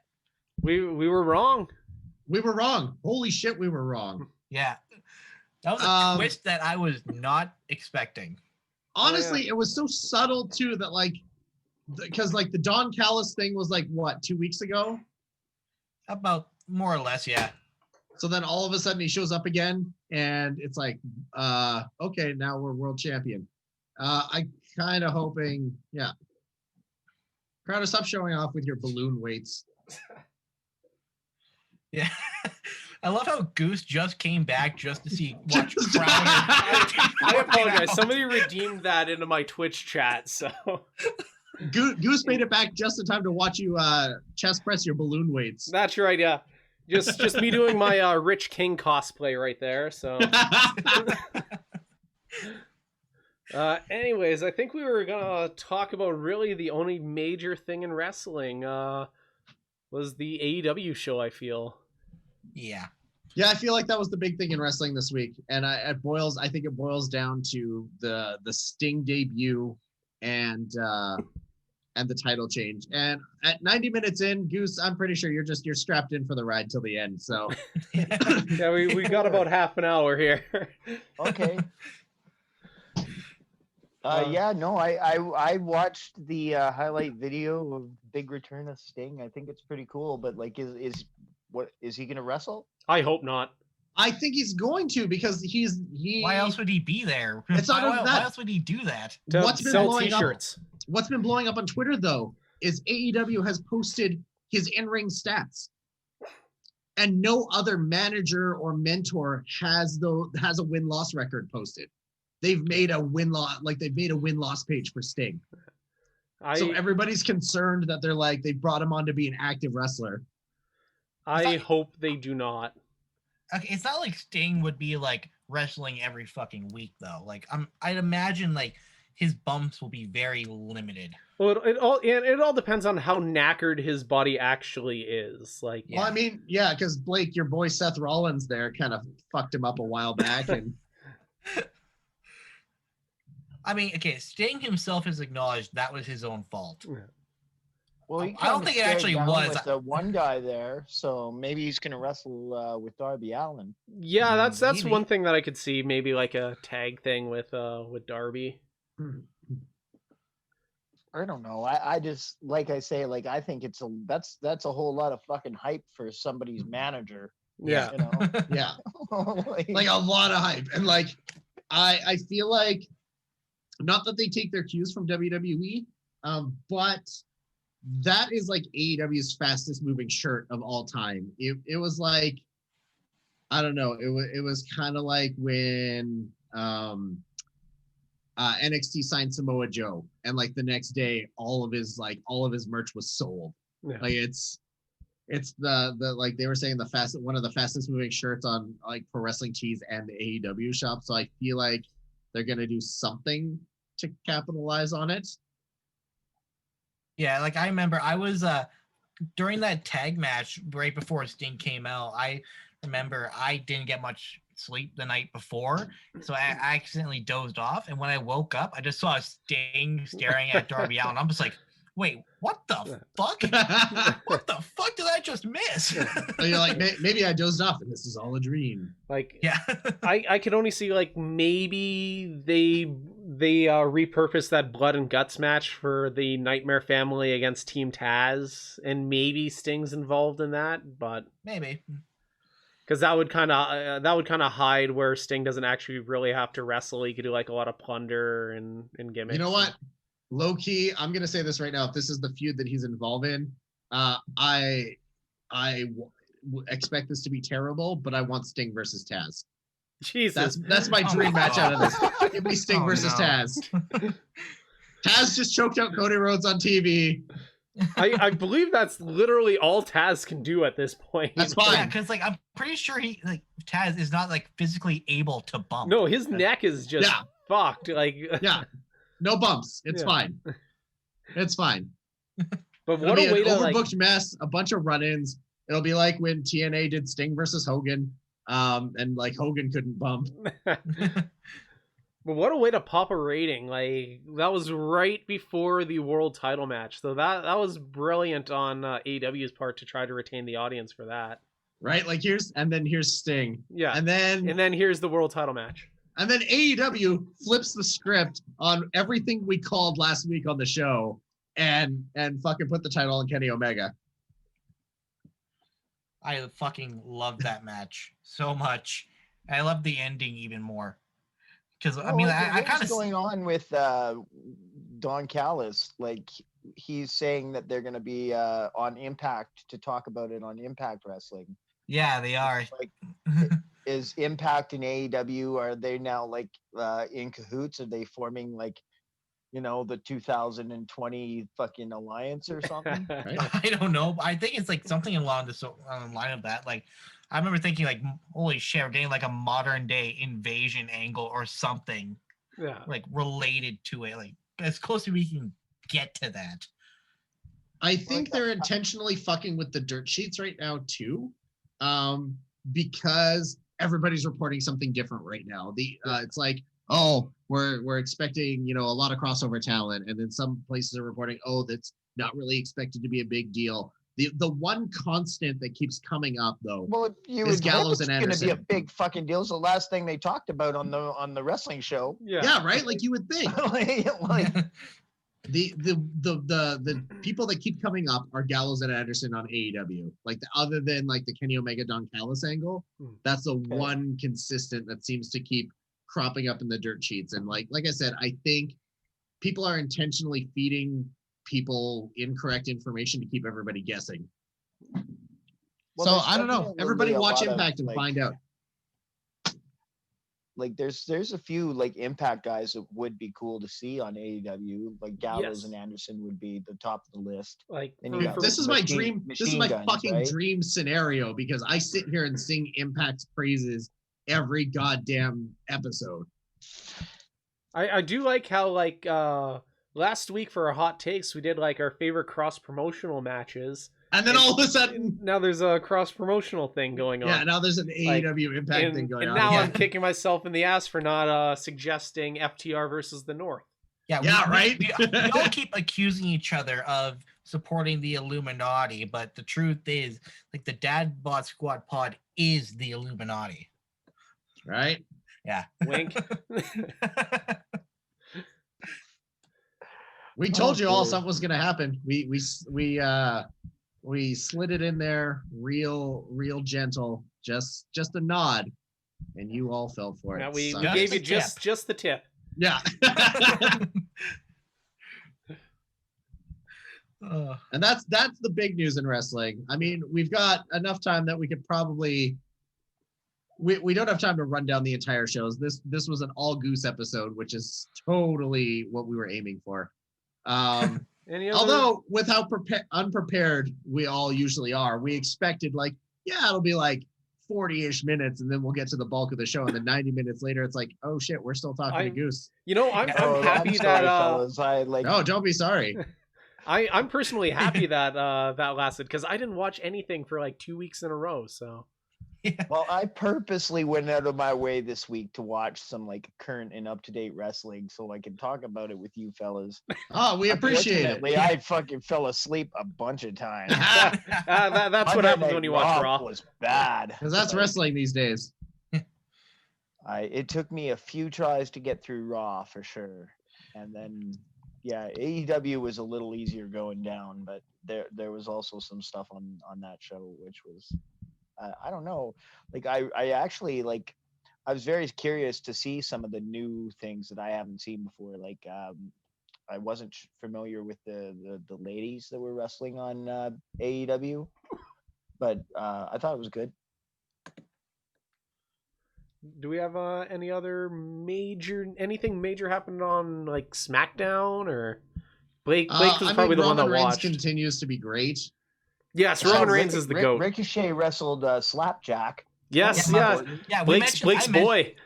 Yeah, I mentioned that. My boy Slapjack went over. What? Why do they have such bad names? Like, I don't know, but Slapjack is my guy.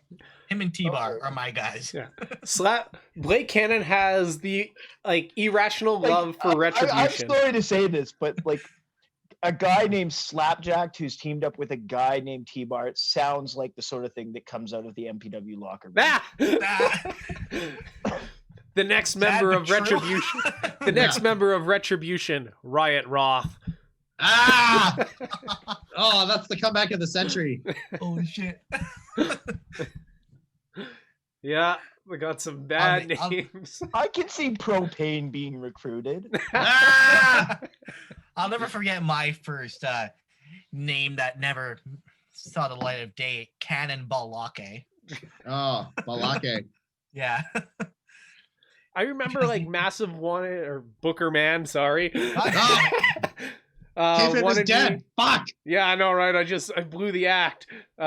He wanted me to be like some East German, like Baron von Bismarck or something like that. And I'm like, I don't know what the fuck I'm gonna do with that. I don't know German. I can't act. I can't do a German Better brush accent. up on your accents there. Do I look German to you? Apparently. I guess. Yeah. Like, I can't do this, so.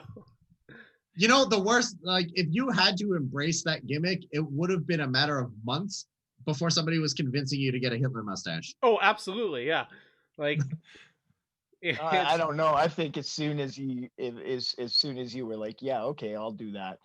Like, yeah. By the end of the week, somebody. It's just like, that's it. Somebody's like, all right, I got the clippers. Yeah. I'll never forget. That's horrible, though. I remember Booker Man wanted to name me Cannonball for, well, you know, because I'm shaped like one, right? Yeah. Then I tried to fight him on that, and then somehow Cannon Balake came up. Balake. Like, oh, yeah, I'll never fucking forget that. Like, is this a play on your like shoot name? Kind of, yeah, because it led to my shoot name where, like, I think I pitched a Blake Bravo as in Johnny Bravo, not nice. John E. Bravo, who got shot. You got shot in the chest and came back with a neck wound. Yeah. Yeah, no, it was like me. I pitched Blake Bravo. He didn't like that for whatever reason. And then Blake Cannon was the compromise. Blazing Blake Cannon was the compromise. I was blazing Blake for like my first match, and then that was it. Was that when you were Tomato Blake? Yep, Tomato Blake Cannon. Tomato Blake is the best. I hope you came out to Attack of the Killer Tomatoes as your like entrance song. Right. Should have just embraced it. You didn't have a theme song, did you? No, because it was me versus Rich King. It was both of our first matches, and it was meant to be like a dark match thing where like we weren't actually, you know, quote unquote signed, so we didn't have entrance music, which is fucking weird, but whatever. Does Retribution have entrance music?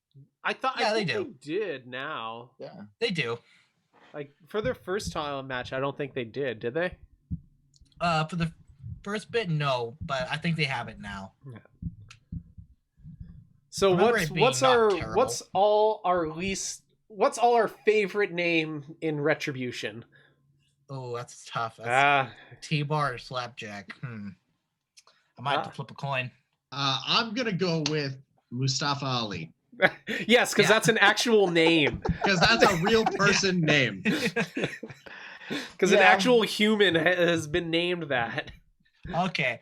Heads T-Bar, tails Slapjack. It's T-Bar. There we go. I gotta go with my man Mace. Mace is underappreciated. Yes. Okay. What would your Retribution name be if you were gonna debut for WWE and you had to work as one of the Retribution people. Ooh. Ooh, I like this. Ooh. Oh, hang on. We're so close to the end of the episode. I think Is this going to be the poll? this is the take for the title. This is Okay. it right here. I have to remember this. One of us has to put up the poll because my brother's sleeping. He has to work in the morning. So What a loser. so we have to remember this. Okay.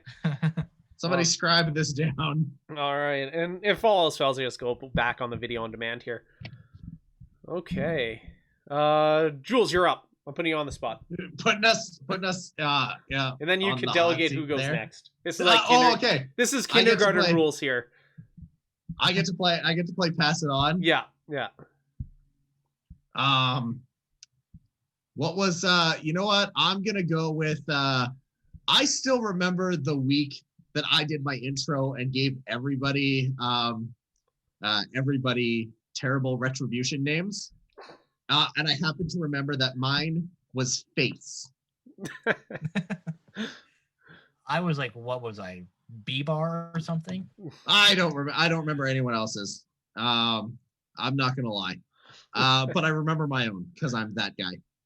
All right, Blake, give us your Retribution name. Oh God. I'm gonna throw it to Crowder. I gotta think about this. Hey, that's not the rule. It is now. We live in a society, Blake. I don't. Okay. My Except for the E, it's a 3. Face. Okay. Chat lingo. I got to chat lingo it a little bit. I will be Greaseball. Oh, Greaseball. You'll fit right in with Mace and T-Bar That's and right. Flapjack. All right, Greaseball. my Retribution name. and are we doing a capital on the ball, like on the B? I kind Like of want all to do one like word? like the SpongeBob meme, where like every second letter is capitalized. I'm typing the names into my chat. Okay. So every second letter is how we're doing it? Yeah. Okay, my Retribution name, Thick. Thick, like THICC. Yes. I feel like Reed Matthews is gonna like beat you up. Yeah, your clone here. your Yeah. doppelganger. Alternate universe. Yeah. Blake Cannon.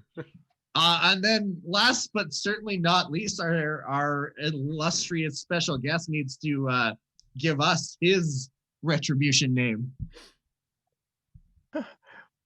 Well, I mean, I'm thinking here, like, okay, well, I could go with Gustafa Ali. Ah! Oh! I think That's- Massive Damage would also be like a completely appropriate like Retribution name. I'm sorry, but it like, Right? fits in with T-Bar. I'm fuck. Goose is the second I put this poll up, Goose is gonna take it. Yeah, Fucking now that Mustafa I'm Ali is now that I'm shit. thinking of it, now that like he mentioned it, Massive Damage would have been a huge rib. That would have been fucking hilarious. Right? Well, I mean, Oh. can't you see like Massive Damage and T-Bar are attacking? Like, Oh, that's amazing. Oh shit. All right. Oh man, I'm looking at this poll and fuck. I can see it happening already. So like, congratulations. I'm gonna preemptively congratulate Goose for not only being our first special guest, but also setting the bar by winning this fucking Twitter poll. So TY's title reign is gonna pass him over entirely because it's going straight to Goose. All right. So Jules, do you want to play your game? Actually, bumps over to the main event segment here. Are we gonna main event it? Yeah, like we already did our hot take, so we haven't played yours here. We have not played Fuck, Marry, Kill this evening. I thought this was gonna be a week where it wasn't gonna happen. Oh, So no, I take no, fam. okay. I take famous or sometimes not so famous wrestling trios, and we play our round of FMK because I don't know. I think it's entertaining, and for some reason these guys buy into my bullshit. We keep doing it every time. So in light of our constant I'm not even going to say references. In our constant exposure of the Illuminati, I am going to FMK the original NWO. So we're gonna Hogan, Hall, Nash. Blake, I love starting these with you, so you can't agree with anyone. So why don't you just kick us off here, Blake? Fuck, marry, kill, Hogan, Hall, and Nash. I'll marry Nash. I'll kill Hogan, and then I'll fuck Hall. Okay, but like, give us some ground, give us some traction. I can't. What are your reasons? I don't have much. I don't have like much feelings for like either any of these people. Just like, I'm just picking names out of a hat, brother. Basically. All right, who are you passing it on to? Powder, do you have a more in-depth analysis for your choices? Sure. I will start off with kill Hulk Hogan, because, fuck Hulk Hogan. I will marry Scott Hall. I appreciate that he's overcome his demons and has turned his life around, and I want to nurture Scott Hall a little bit and join in on the love. And I guess, fuck Nash. Like, he was in that stripper movie, so he's got it going on here. So. Okay, but like, he was in Magic Mike. Magic Mike was the movie. Kevin Nash in Magic Mike doesn't really do much of anything, but it's hilarious. Okay. That kind of describes his wrestling career too. Kevin Nash, please do not send New Jack to come stab us. Work it safe, brother. I want to save Goose's take for last because this is just what I'm going to do when we have guests and put them on the spot at the end. So I'm going to take over and I'm going to slightly modify Crowder's take because I am also on the fuck Hulk Hogan train. So we'll kill him. But not fuck Hogan. Yeah, no, not like no, like kill him because fuck Hulk Hogan. However, my little add-on to that is, of course, we can't kill him until Shawn Michaels oversells for him at SummerSlam. He can die after that. So but you can't go back to that point. So you can't go back in time and kill him. No, I can't go back in time till at least after that moment, and then we can kill Hogan. However, I'm going to do the opposite, and I'm going to fuck Scott Hall and marry Kevin Nash. For the fact that Hall's recovery is miraculous, but like as a spouse, having to live through that is very trying, and I do not know that I have the fortitude to make it through that. I mean, you're the one that like killed Roman Reigns because he has cancer. So like, odds are, like, if Scott Hall was living with you, he would like fall off the wagon real quick. Oh, probably. Like I'm an enabler. It's real bad. It was just not good news. But I mean, like, if you look at them objectionably, like Razor Ramon is also like the most attractive out of all of them. So I mean, like that. Yeah. This is my whole basis. Kevin Nash is the stability. I think Kevin Nash. If you were, coming at him from behind and he's got the long blonde flowing hair. Okay, maybe we can fool ourselves here a little bit. Fucking Razor, it's just like greasy and like this little rat's nest back there with all right, Goose, finish the game up for us. Who's your fuck, marry, kill on the NWO?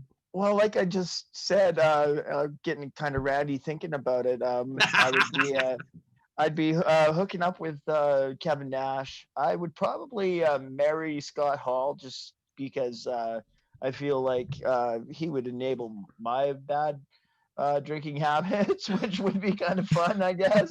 And the kind of things that Hulk Hogan would want to probably talk to me about. So I don't know. I can see like. Yeah, and like if one of them has to die, I guess it's got to be Hogan. I mean, you got to think about it. It's either racism, way, either way, in bed or in marriage, Hogan's just going to be trying to get himself over. Like that, it's a no-win scenario. Well, like even if you divorce him, his fucking ass is broke anyway. Right? Yeah, right. Like, well said. Thank you, Goose, for just like leaning hard into this because. At this point, when we bring guests on, and like I think Goose is gonna have to be the bar, because for us going into it, we were talking amongst ourselves like, how long is he going to put up with our particular brand of bullshit? So And he Goose, made it you've through. set He the made it bar through for the 2 anyone hours, else so. after this. Well, I'm happy to have set the bar. It's a low bar, so I mean, most of our You guys shows have- is a low bar, so well, hopefully you guys will have some killer guests on here, and maybe they'll end up like dragging you up to their level rather than you guys pulling them down, as has happened Right. today. Yeah. If anybody wants to give us feedback after this on did we have a good time having guests on here? Is this something we should do on a semi-regular basis? By all means, shoot that feedback to us. Shoot any positive feedback towards the Canadian Goose, because he deserves it. This has been a great couple of hours, and I speak for everybody because fuck them. Goose. Um, Goose, where can we find you before yeah, we sign plug yourself. off? This is our last like what, five minutes at this point? Yeah. I thought you Put were yourself wrapping over, up the Goose. I thought you were wrapping up the show. I can. No, be I was getting found at close there. I was getting close. Facebook. My profile is just called Kyle Shaw. I do have a Canadian Goose, the Canadian Goose, on there as well. But I tend to just use the Kyle Shaw one more. Instagram is I'm the.canadian.goose, I believe. And then for the Twitter, I am at Monday Night Shaw, which I have the Monday Night Shaw podcast that also airs on the Backbreaker Media Network here, which is why I wanted to get on here and do like a crossover gimmick with you fellas. So there's that, and then my Pro Wrestling Tees store is either Canadian Goose or the Canadian Goose. But if you search for Canadian Goose, I'll pop up there, and so will my T-shirt. So now my follow up Please, here. please buy my T-shirt. buy all of his shit. I'm gonna post a link to your Pro Wrestling Tees shirt like every day, just with the Hypnotoad gif. Like just buy it. I now see like I'm like, oh, wait, how hard would it be to draw like Hypno Goose? Yes. Every time I see on a shirt memes, here, yeah. Every time I see memes made out of the Untitled Goose game, I automatically think of you. Like, just you mess with the honk, you get the bong. Like, I mean, like that's just, I love that. Now the question is, this is who's going to be? We don't count TY because fuck that guy, he wasn't here tonight. Who is the first Dad Bod Squad pod member to make the crossover the other way and get the invite to a Monday Night Shaw episode? Oh shit! Well, like I say, I already had TY on. Yeah, fuck that guy. He doesn't count. Yeah, no, I'd be happy to get any of you fellas to come. You're so diplomatic. I both love and hate it. How can you hate it? Controversy creates cash. Your positivity is gonna get us all killed. It's the right image we need to start angling this in a better way. All right. Well, trust me, fellas, I have to try very hard not to say some boneheaded things sometimes. So when I found out this was going to be a live thing, and then when I was just on the BEW tag matches, like it was, I appreciate the fact that we got through this without anyone putting their mouth or their foot so far in their mouth that I mean that's generally how things go around here. So I mean, you were professional, you were respectful, you were everything that I hope we can have in future guests, because I appreciate the kind of attitude that you have in this business. I think it is the kind of positivity we all need, and it's the kind of thing that helps keep jackoffs like us grounded when we're doing shit like this. So it is greatly appreciated. I seem to have been taking over the sign off here. I was gonna put Blake on the spot and get him to sign off. Oh, do it, Blake. Retribution, Gustafa R. Lee, and Massive Damage might be coming for you at some point. I want to book that tag team, but you got to be. If you can show me, you can do the 054. I've got it booked. Oh, that's the inverted. Yeah, I can't do that one. I could do a shoot version of that. I could probably flip 54 degrees. I tried to do a 450 splash, and I did it, and I landed on my feet, and immediately like jacked my knee, right? Oh shit. But because I jumped off the top rope and I landed on this big pad, which I think the pad might have been one of the reasons I jacked my knee, because I lost my balance as soon as I hit. But I came down and I landed right on my feet, and I was like, well, that's not what I expect to happen, but okay. But I don't need to be doing that.